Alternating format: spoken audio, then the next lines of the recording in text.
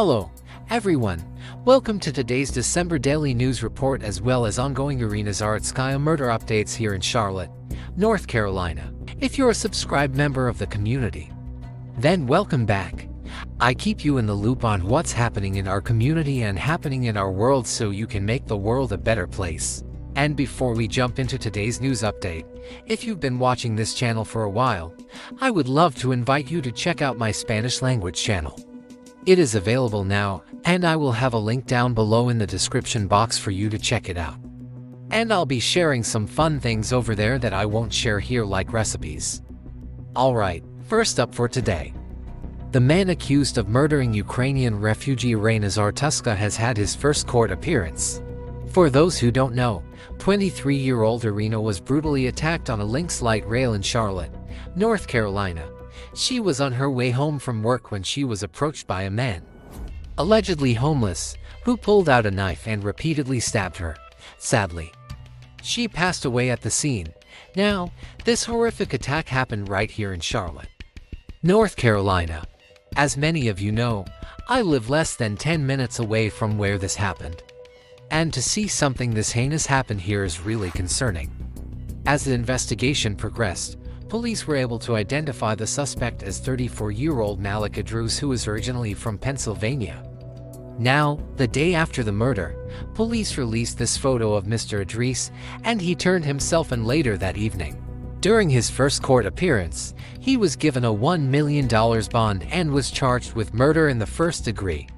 He also faces an additional charge of possession of a weapon, which was the knife used in the attack. Now, he did not enter a plea during yesterday's hearing, and according to the judge, he will have to wait until after his trial to enter a not guilty plea. Now, friends and family of Ms. Zarutska were present in the courtroom yesterday for the hearing, but they declined to comment to the media afterward, as many of you know. Iryna's funeral arrangements are still pending, but I did want to let you all know that her friends and family were in the courtroom yesterday and they are seeking justice for Iryna. Now, the reason why I wanted to bring this story to your attention again today is because this event is causing many to speak out against Mecklenburg County officials. Many are saying that officials failed to protect the citizens of Charlotte and didn't take action soon enough to prevent this heinous crime. Some are even blaming the county for not removing the homeless from under the bridge near where the crime took place. However, it should be noted that it was not the homeless people living under the bridge who committed this heinous crime, but rather a transient individual who came from out of state to commit this crime.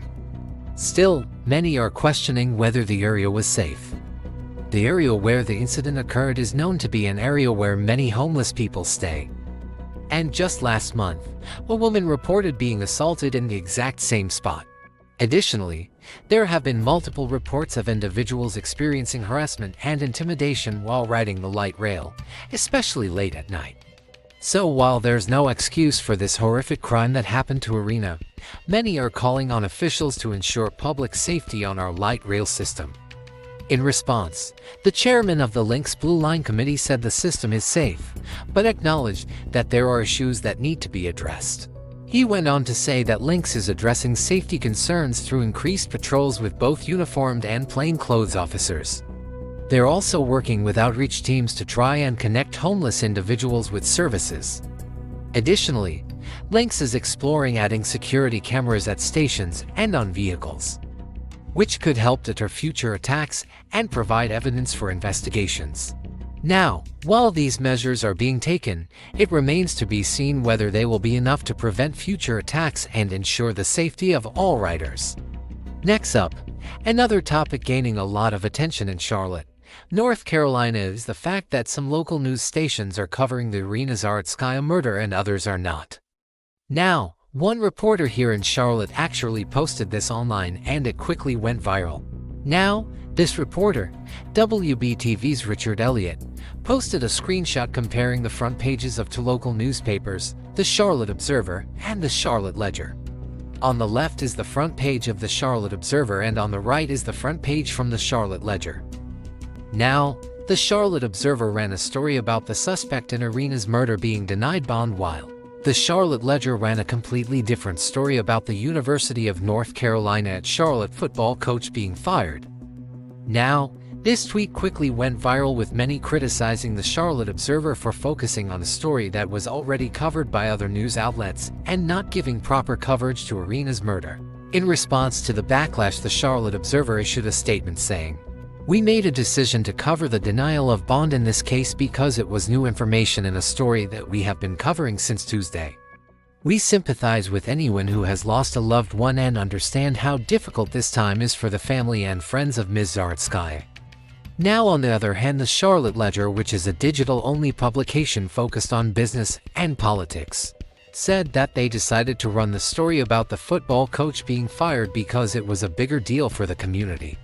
They went on to say that they were covering the murder of Iryna, and they even wrote an article specifically about the outrage over the lack of coverage. Regardless, this situation has sparked a debate about what is newsworthy and how local media outlets choose to cover stories that impact their communities. And lastly, for today, an alarming number of young adults are struggling with mental health challenges, and it's crucial to have resources available to help. That's where the nonprofit organization One Day at a Time comes in. They offer walk-in mental health services for children, adolescents, adults, and couples without the need for an appointment or insurance. Their licensed therapists provide a safe and supportive environment for individuals to explore their emotions and develop healthy coping mechanisms. One Day at a Time also offers psychiatric services for those who require medication management.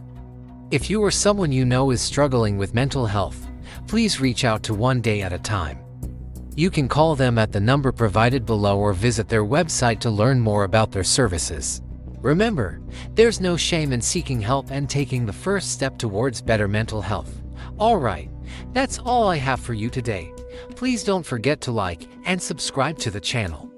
Also remember, you are amazing. I appreciate you being here. Have a great rest of your day, and I'll see you on the next update.